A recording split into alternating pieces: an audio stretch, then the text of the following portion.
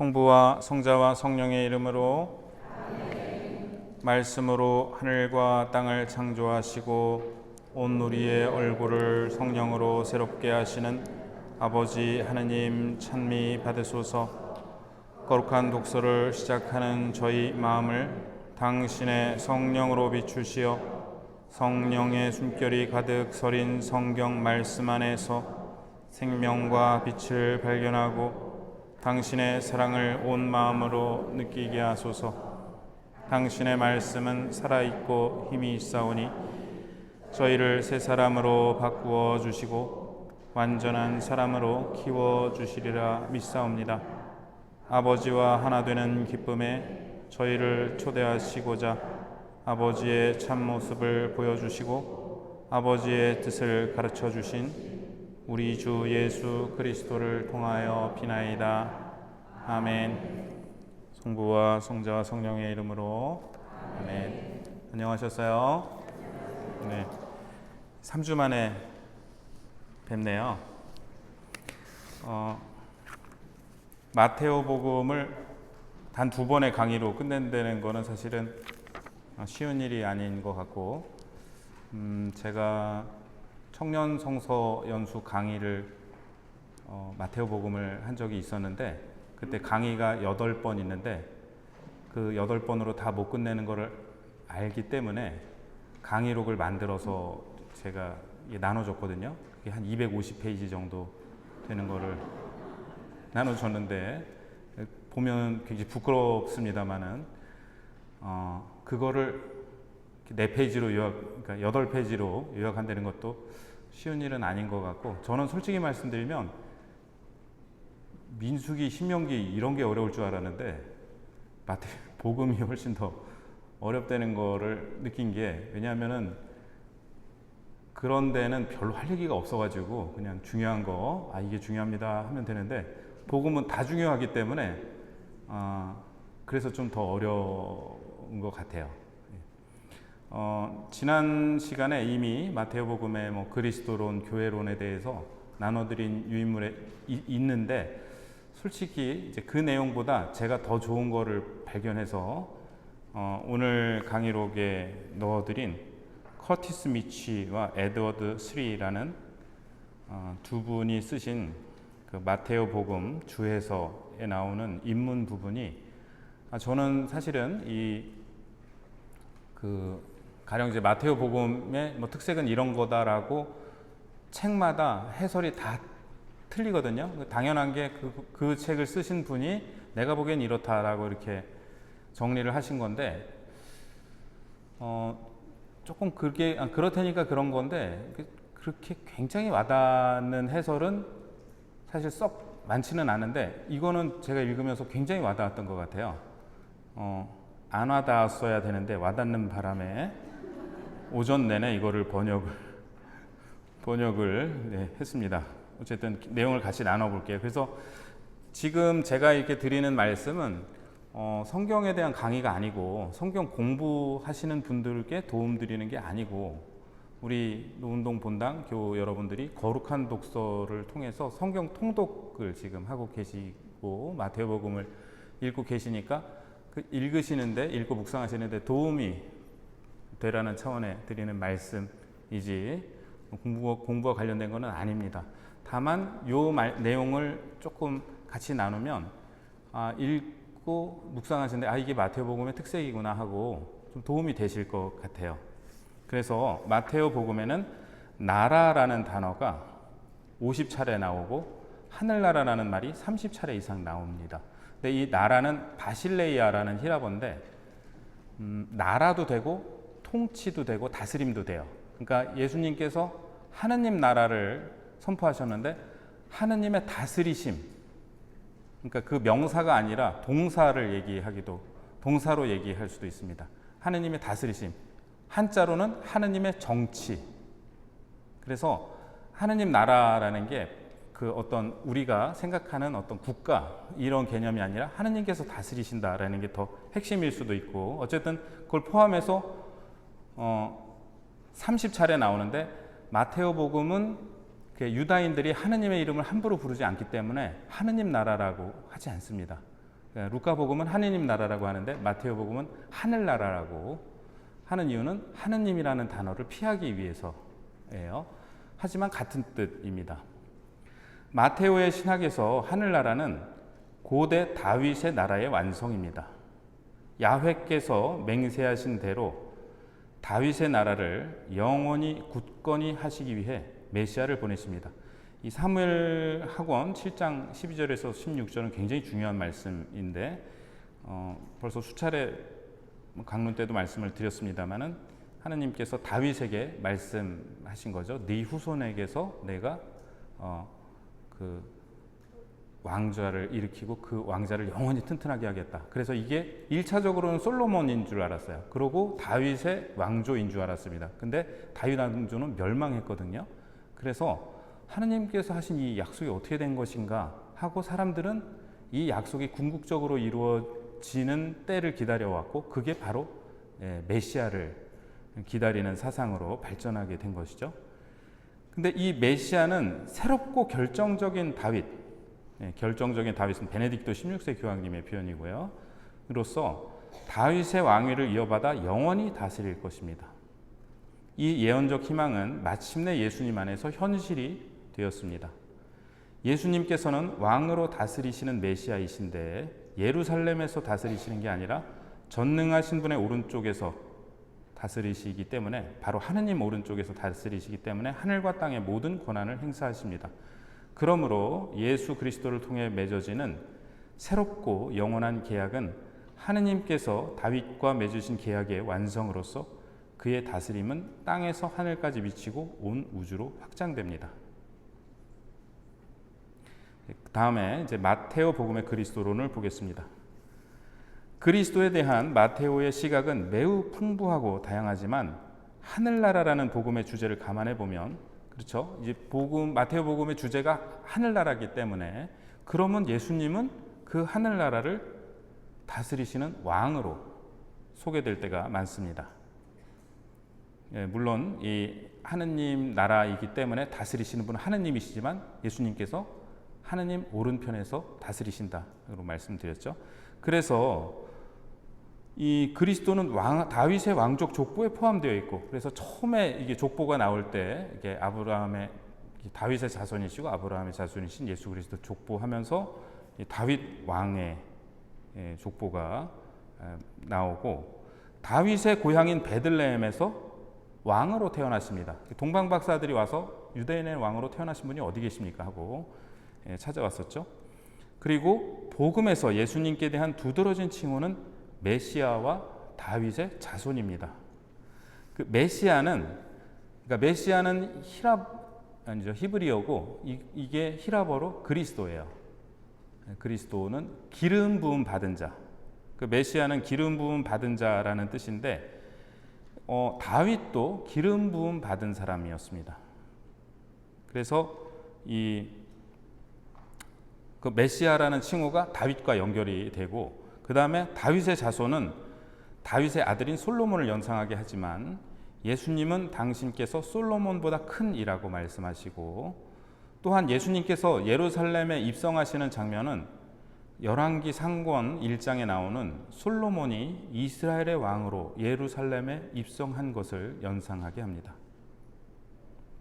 그래서 첫 번째로 마테오복음의 그리스도를 첫 번째로 그리스도는 누구이신가? 왕이시라는 겁니다. 두 번째로 예수님은 다니엘서에 예언된 사람의 아들로 불리기도 합니다. 이 사람의 아들은 예수님은 하느님의 아들인데 나는 겸손하니까 그냥 사람의 아들 할래, 그런 게 아니에요. 다니엘서에 나와 있는 그 세상 종말에 나타나셔서 세상을 다스리는 신비적 인물을 지칭하는 말, 바로 이제 메시아와 연관이 되는 말이고요. 그 다음에 이사야가 예언한 야훼의 종의 모습으로 소개가 되시기도 합니다. 또한 모세보다 위대한 이 새로운 요나로 묘사되기도 합니다. 세 번째, 그러나 마테오복음에서 가장 두드러진 칭호는 살아계신 하느님의 아들입니다. 바로 베드로 사도의 고백이죠. 그래서 예수님께서 살아계신 하느님의 아들이시기 때문에 1장에 나오는 하느님께서 우리와 함께 계시다, 임마누엘, 이 말씀이 이루어지고, 하느님의 아들은 신적인 지혜를 지니고 계실 뿐 아니라 아버지와 완전한 친교 안에 계십니다. 그분은 제자들에게 경배를 받으시고 제자들이 모여 기도할 때 그 가운데 함께 계시며 죽은 이들 가운데서 살아나시어 하늘과 땅을 다스리는 우주적 권한을 행사하십니다. 이 세 가지가 마테오복음의 그리스도론이라고 보겠고요. 일단 마테오복음의 교회론을 보겠습니다. 이따가 다시 말씀드리겠습니다만 요 세 번째 살아계신 하나님의 아들. 근데 요게 이제 복음서의 특징인데 예수님께서는 나는 아들이고 니네는 종들이야.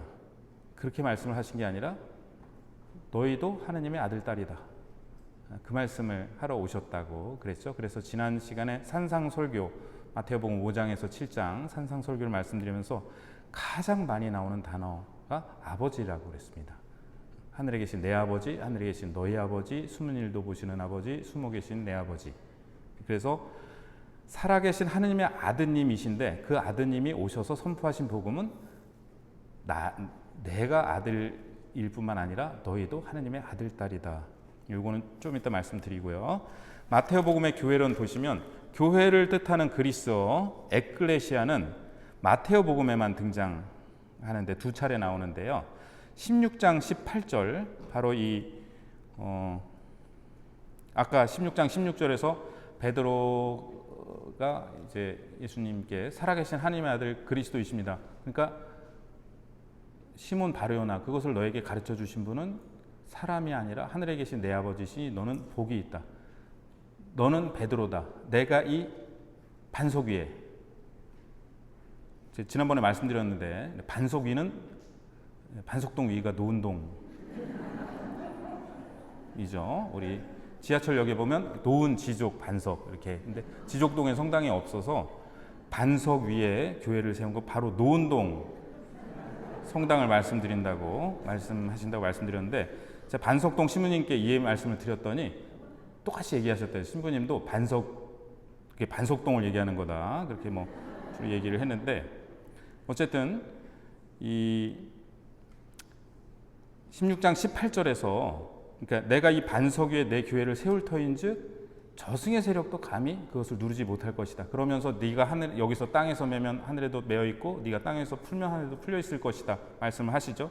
그래서 이 교회와 하늘나라가 연결되기 때문에 특히 이제 중요한 말씀입니다.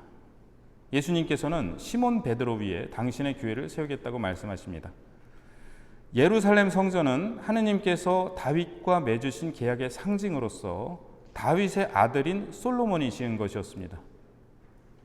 이제 다윗의 자손이신 예수님께서 살아있는 성전을 세우시는데 예수님께서 베드로에게 하늘나라의 열쇠를 맡기신 것은 하느님께서 다윗 집안의 열쇠를 엘리야킴에게 맡기신 것. 이거 이사야서에 나오는 구절인데요. 이것과 관련이 됩니다.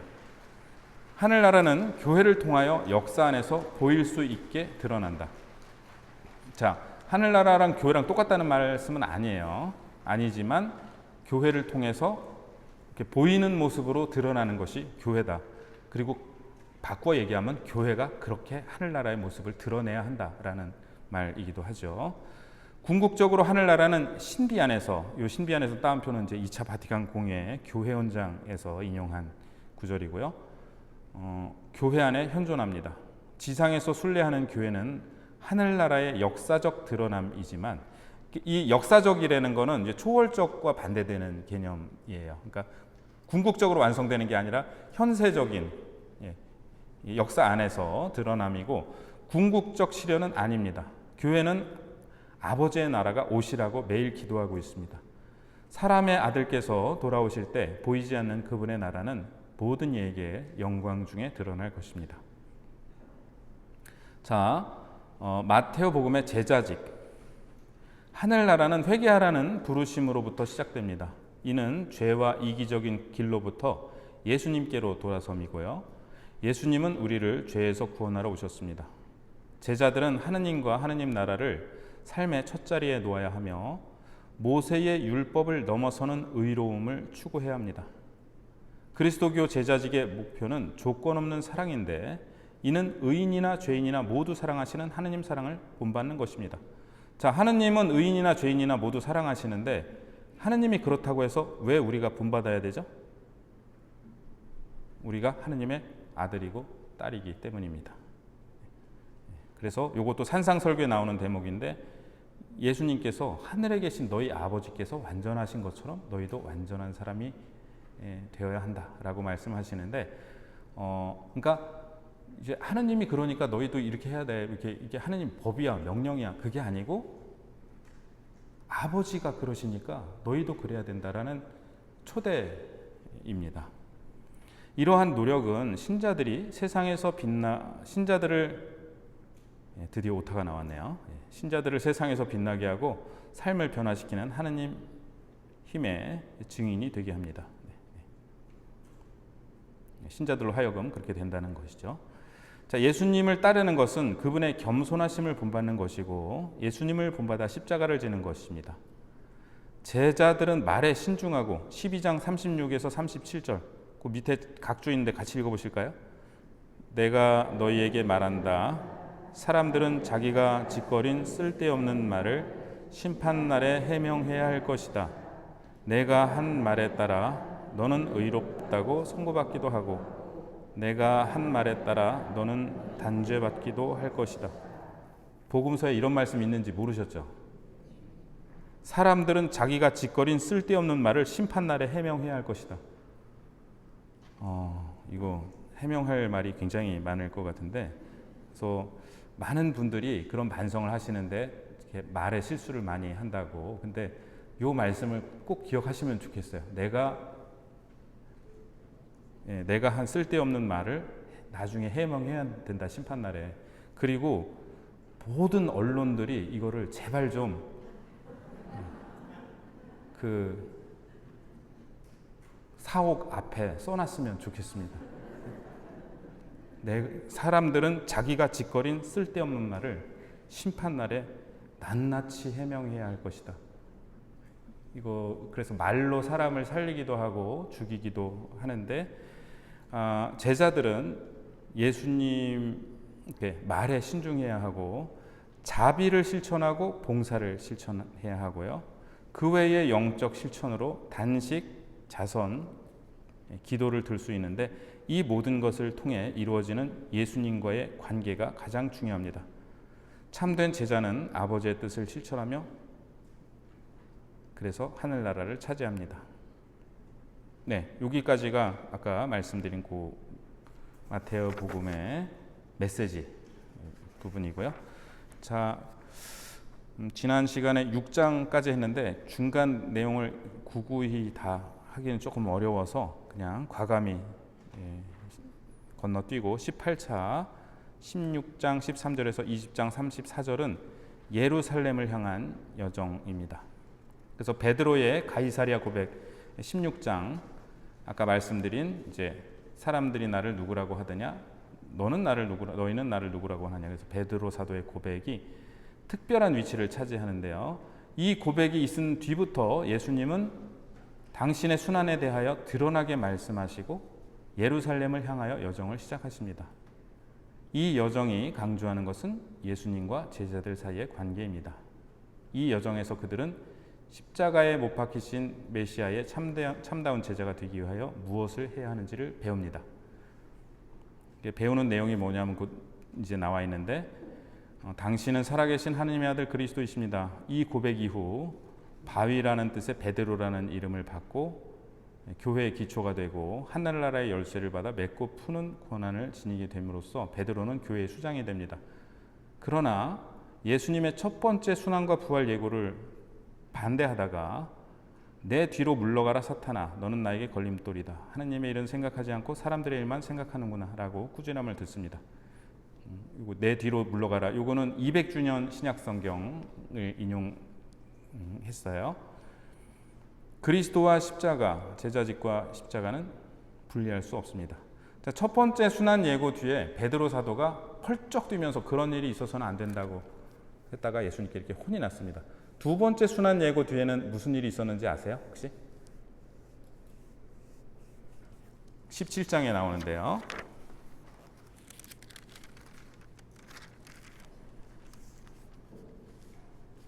17장에 나오는데 두 번째로 순환과 부활을 예고하신 다음에 성전세를 바치시다가 들어가 있고 그 다음에 18장이 나옵니다. 그래서 하늘나라에서 누가 가장 큰 사람입니까? 네. 마르코 복음에는 길에서 제자들이 다퉜어요. 누가 제일 큰 사람인지. 그러니까 예수님은 순환과 부활을 두 번째로 예고하셨는데 그 다음에는 누가 제일 큰지 다퉜고 세 번째 순환과 부활 예고 뒤에는 어떤 일이 있었을까요? 요거는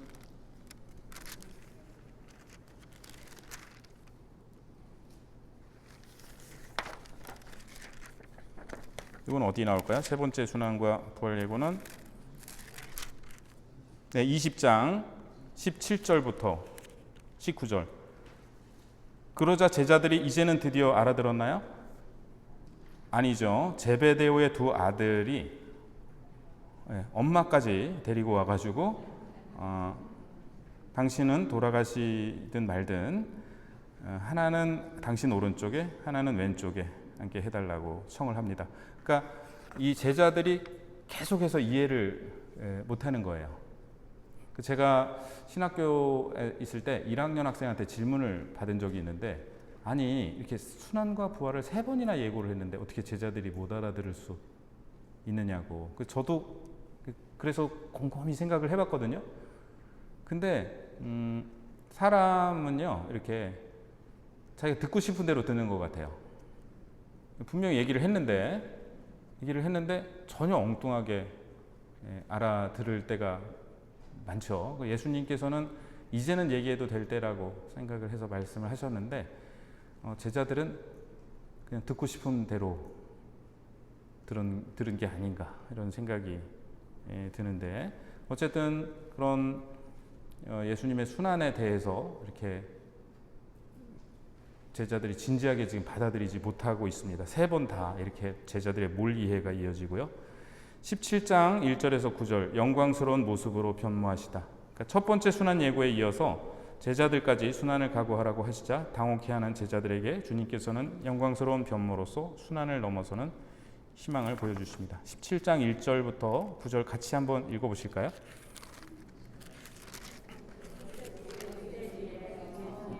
네.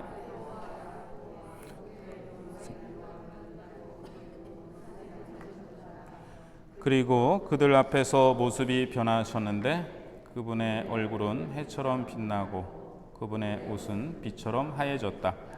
그때에 모세와 엘리야가 그들 앞에 나타나 예수님과 이야기를 나누었다.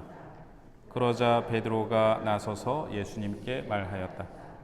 주님, 저희가 여기에서 지내면 좋겠습니다. 원하시면 제가 초막 셋을 지어 하나는 주님께 하나는 모세께 또 하나는 엘리야께 드리겠습니다.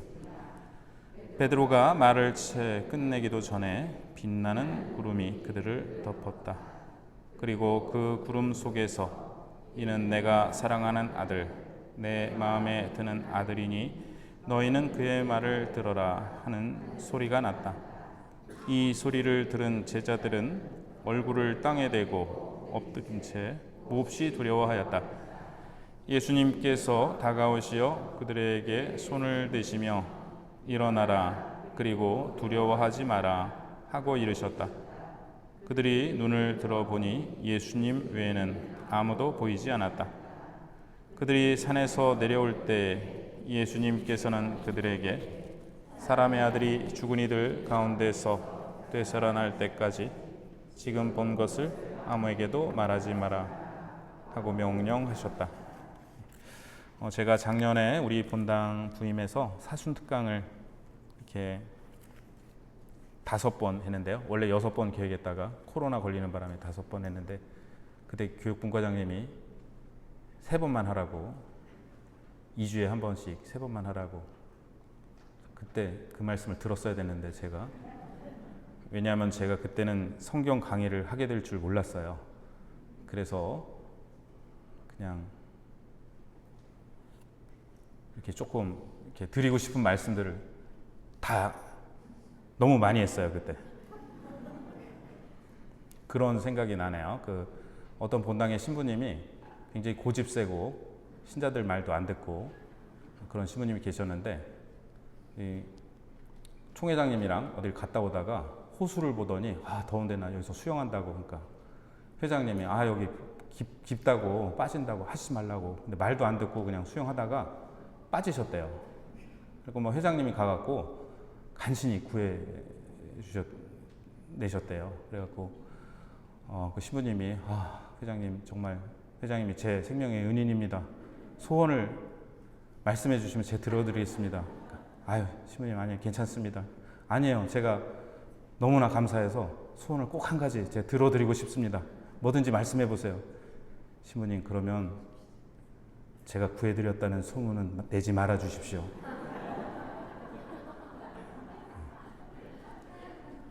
갑자기 그 생각이 좀 났습니다. 예, 제가 사순특강을 작년에 하면서 첫 번째 시간에 가장 중요하다고 생각되는 말씀을 드렸습니다. 뭐 많은 분들 기억하실 거라고 생각되는데 또 그러면은 기억 안 나요? 막 또 해주세요. 그러면은 그걸 기뻐해야 될지 기억 안 나시는구나 하고 막 기뻐해야 될지 잘 모르겠습니다. 제가 그때 안동 할머니 얘기를 드리고 제가 40일 피정을 가서 저의 사제 성소에 대한 의심을 하는 유혹에 빠졌었는데 정말 하느님이 나를 사제로 부르신 게 맞나 아니면 내가 신부되고 싶어서 이게 하느님 부르심 받았다고 해석을 하고 그냥 신학교 들어와서 사제 생활을 하고 있는 게 아닌가 그렇게 생각하게 된 계기는 신학교 가겠다고 한 날 아버지랑 굉장히 싸웠고 이렇게 부자간에 주고받지 말아야 될 말을 주고받았고 그러면서 8년간 아버지가 이제 세례를 받겠다고 결심하실 때까지 8년간 집이 너무 힘들었었어요. 아버지도 힘들고 어머니도 힘들고 아빠들은 혼자 안 힘드니까 엄마 더 힘들게 하고 저도 힘들고 제 동생도 힘들고 나중에 아버지는 세례 받고 신자가 되셨지만 피정을 가서 그 시간을 돌아보니까 정말 이게 하느님 부르심이 맞았나 내가 그냥 내 욕심으로 이렇게 시부된 거 아닌가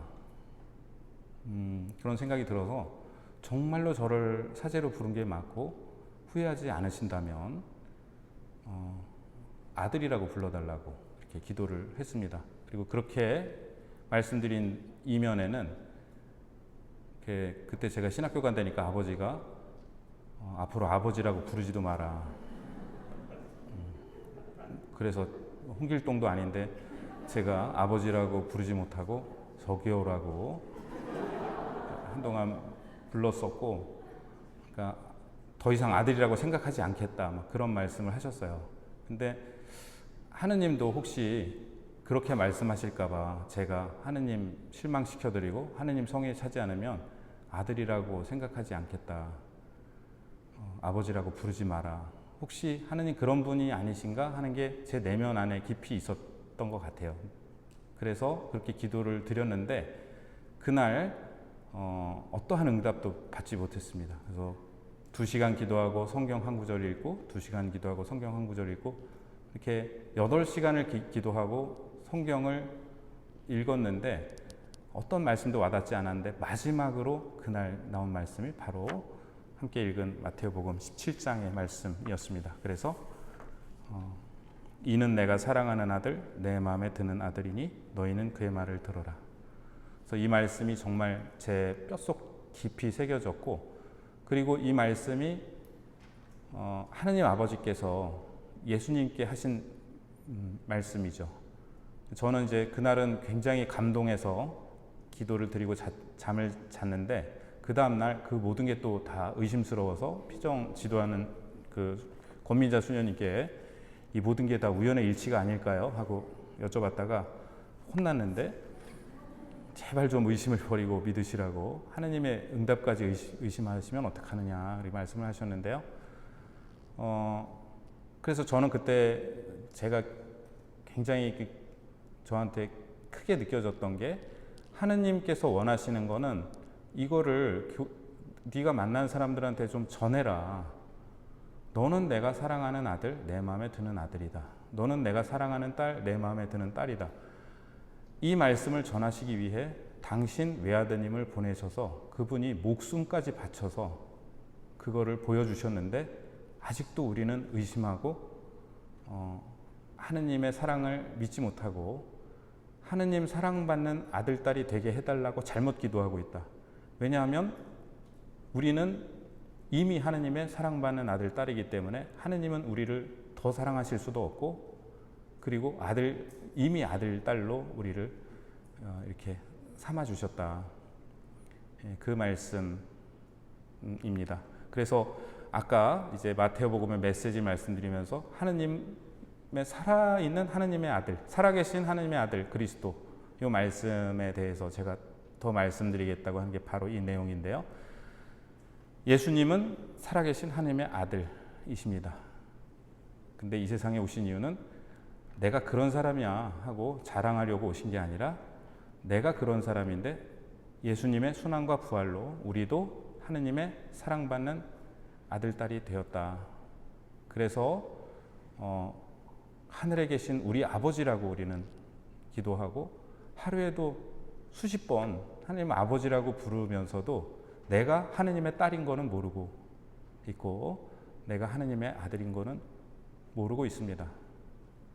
그래서 내가 하느님을 진심으로 아버지라고 부를 때 하느님께서 나를 당신의 사랑하는 아들, 딸로 여겨주신다는 이미 그렇게 나를 대하고 계시다는 것을 우리가 가슴 깊이 깨달았으면 좋겠고 그 다음에 그때도 말씀드렸는데 그런 말씀을 드렸더니 어떤 자매님이 강의 끝나고 신부님 감사합니다. 제가 하느님 딸인 건 알았는데 우리 신랑이 하느님 아들인 거 오늘 처음 알았어요. 그래서 그렇게 되면 안 되고 첫 번째로 내가 사랑받는 하느님의 사랑받는 아들이다 딸이다. 그리고 내 부인, 내 남편 사랑받는 하느님의 딸이고 아들이다. 그리고 내 자식 아니고 하느님 아들, 딸이다. 그리고 우리 성당에서 만나는 모든 분들 다 하느님 아들, 딸이다. 그래서 서로 뭐라고 부른다고요? 형제님, 자매님. 내 아버지랑 당신 아버지랑 같은 분이라는 뜻입니다. 우리가 가족이라는 뜻입니다. 그래서 제가 감히 볼 때 예수님 복음의 핵심은 이거예요. 제가 저보고 복음의 핵심이 뭐냐고 만약에 누가 물어보시면 저는 이렇게 말씀드리겠습니다. 그 밖에 다른 거는 다 부수적인 겁니다. 나는 하느님의 사랑받는 아들, 딸이다. 그리고 하느님의 사랑받는 아들, 딸들과 함께 살아가고 있다. 내 형제 자매다. 그래서 이 하늘나라는 이 세상에 와 있는 하늘나라는 바로 내가 함께 살아가고 있는 형제 자매들이 내 가족이라는 것을 깨닫고 근데 이게 점점 확장되는 게 찬미받으소서입니다.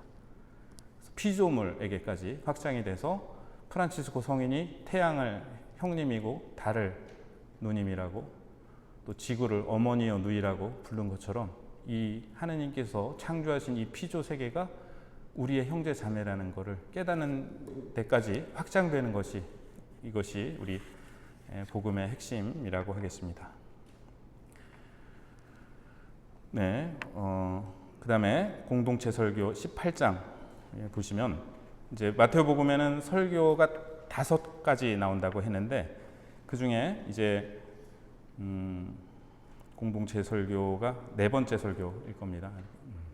그렇죠? 5장에서 7장 산상 설교 있고 13장이 비유 말씀드리고 또 하나가 뭐지? 유튜브를 편집할 수 있으면 편집하고 싶은데 어쨌든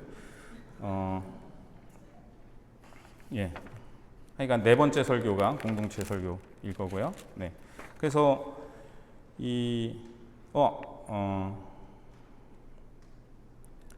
산상 설교에서 하느님의 아들, 딸로 불리운 이들의 삶이 어떠해야 하는지 말씀하셨다면 이제 공동체 설교를 통해서 이거는 예루살렘 입성하시기 전입니다. 그래서 공동체를 이루는 이들의 삶이 어떠해야 되는지 말씀해 주시는데 그 내용은 누가 하늘나라에서 가장 큰 사람인가, 죄의 유혹을 단호히 물리쳐라. 작은 이들을 업신여기지 마라. 되찾은 양의 비유. 형제가 죄를 지으면 깨우쳐 주어라. 함께 기도하면 아버지께서 들어주신다 등입니다. 이어서 마지막으로 형제가 죄를 지으면 77번이라도 용서하라는 말씀과 매정한 종의 비유 말씀으로 마무리하십니다. 공동체 생활에 대한 말씀의 마지막에 서로 용서하라는 말씀이 우리 가족과 우리 공동체 또 인류 공동체의 매우 귀중한 가르침입니다. 자, 그 다음에 21장에서 25장은 이제 예루살렘 선교인데요. 예루살렘 입성이 21장 1절에서 11절. 그래서 아까 말씀드린 솔로몬의 예루살렘 입성이 여기 연관이 되고요. 또 하나는 로마 제국의 행렬과 예수님의 행렬의 비교입니다. 이것은 제가 성주간 그 성지주일의 강론 때 말씀을 드렸었는데요. 과월절이 가까우면은 그 로마 군인들의 행렬이 있었습니다. 일제 강점기 때도 그런 일본 군인들의 행렬이 있었어요. 겁을 주기 위해서. 그러니까 우리한테 대들면 이렇게 돼. 그러면 총과 칼을 들고서 열을 지어서 걸어갑니다. 이 행렬이 굉장히 좀 무시무시한 거였죠. 무기를 들고.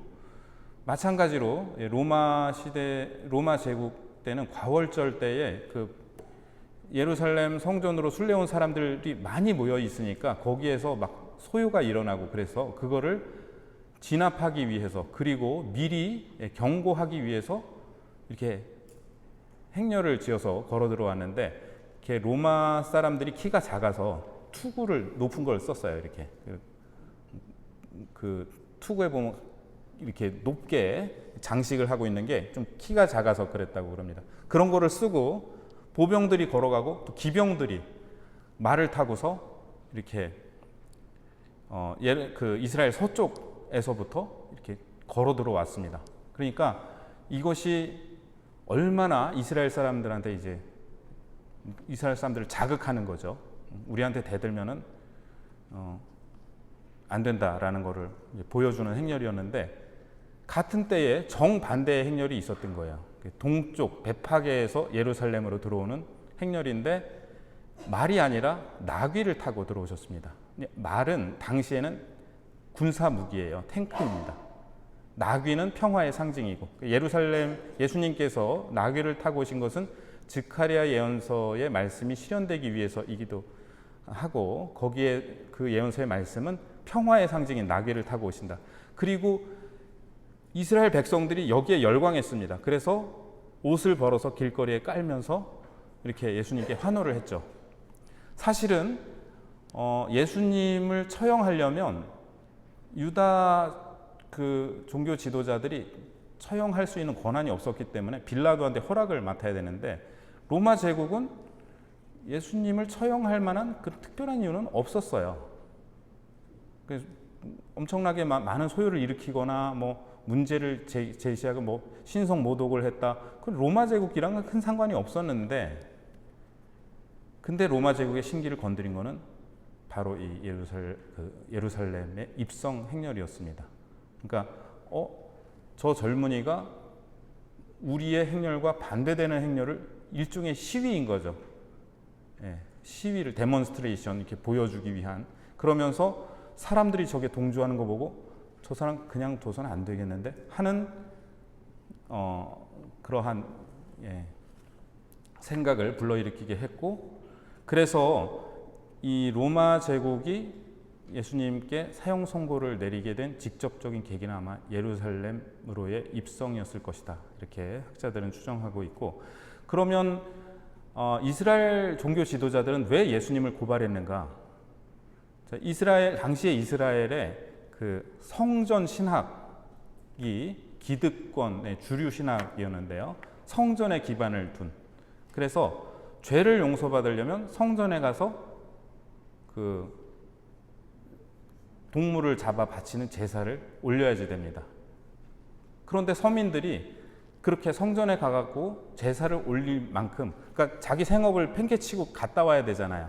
그래서 그런 여유도 없었고, 그 다음에 가서 그렇게 동물을 잡아 바치는 제사를 바칠 또 경제적 능력도 없었고, 그러니까 자꾸 죄인들이 된 거예요.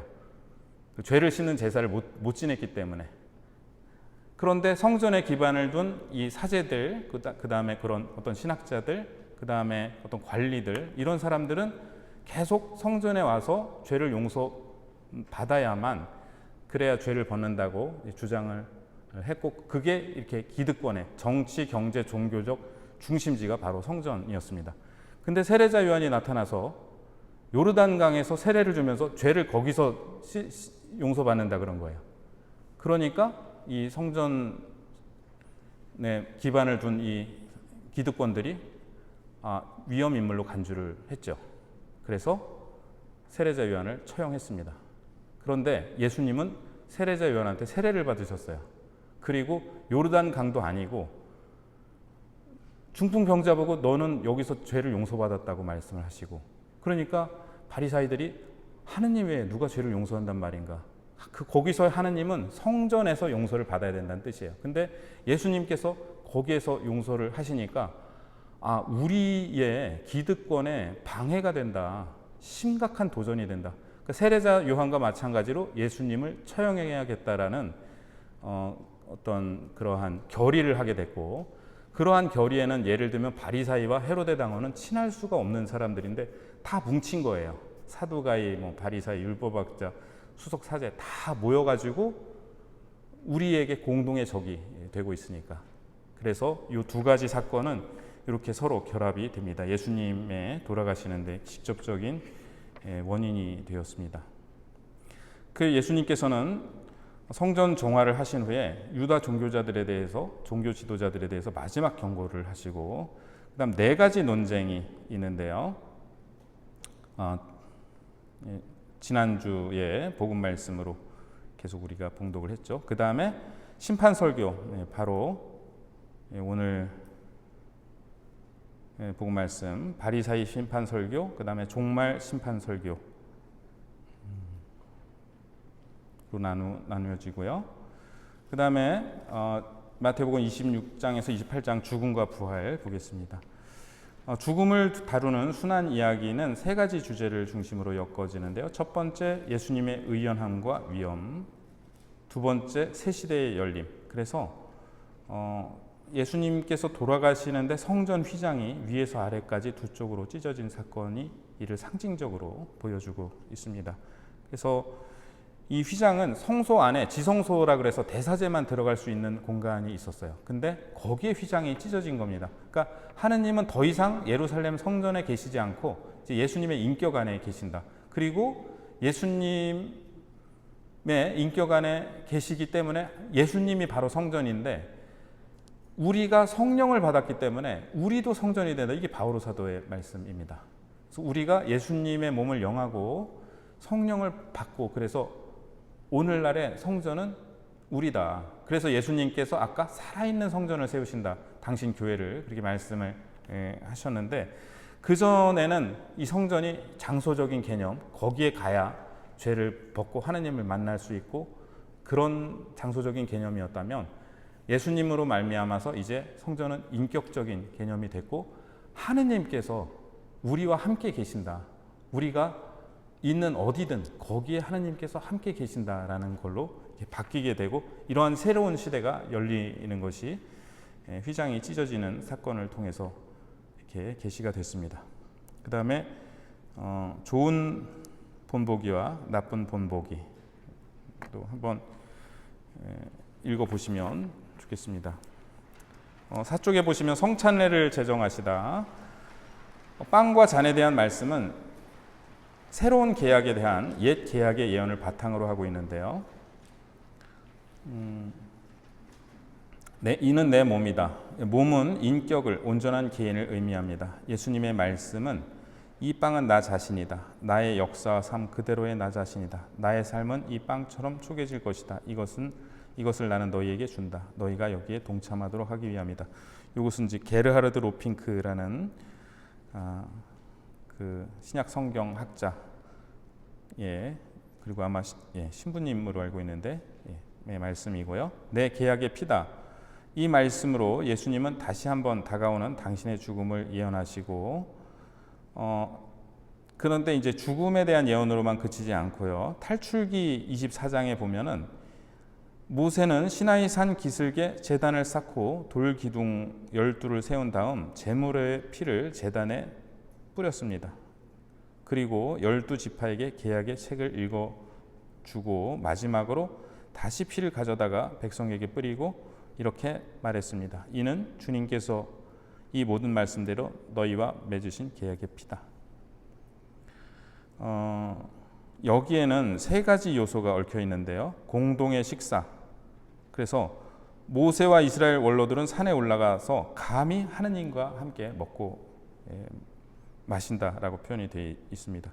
두 번째, 하느님과 이스라엘 사이의 계약. 세 번째, 계약을 완결하는 피가 그것입니다.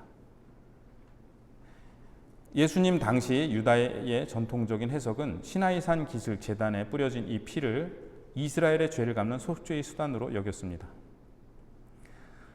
그래서 이것이 구약이라 그러면 예수님이 맺으시는 새 계약은 이제 동물의 피로 이렇게 그 속죄 계약을 맺은 것이 옛 계약이라 그러면 예수님께서는 당신의 피로 새로운 계약을 맺으시고 그것을 이렇게 이 포도주를 축성하시면서 말씀을 하셨습니다.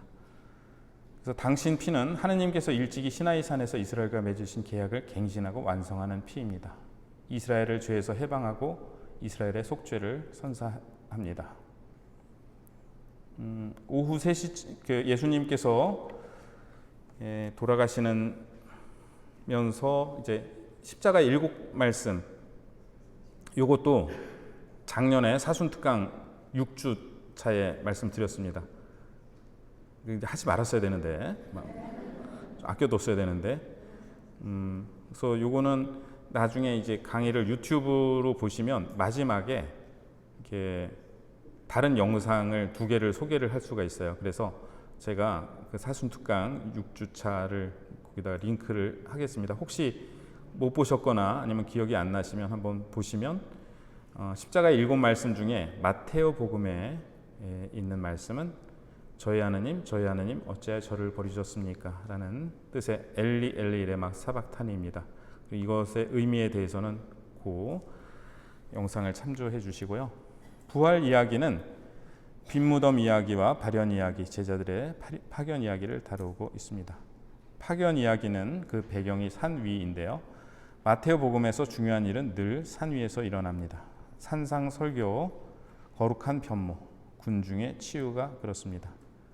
이 파견 이야기에는 마테오 복음의 주요 주제들이 요약되어 있는데요.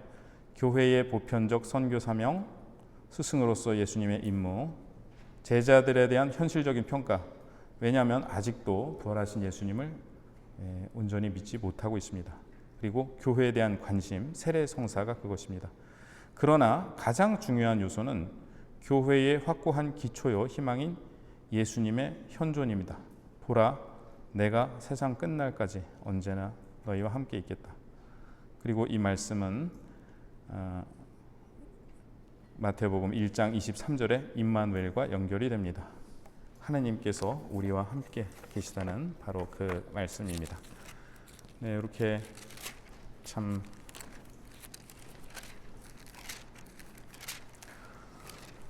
두 번에 걸쳐서 마태복음을 이렇게 마치겠습니다. 아직도 공동체 설교가 4번째 건가 확인해 보려고 그랬는데 그건 각자 확인해 주시고요. 네, 이상 마치겠습니다. 수고 많으셨고 다다음 주에 이제 마르코 복음으로 같이 뵙겠습니다. 감사합니다.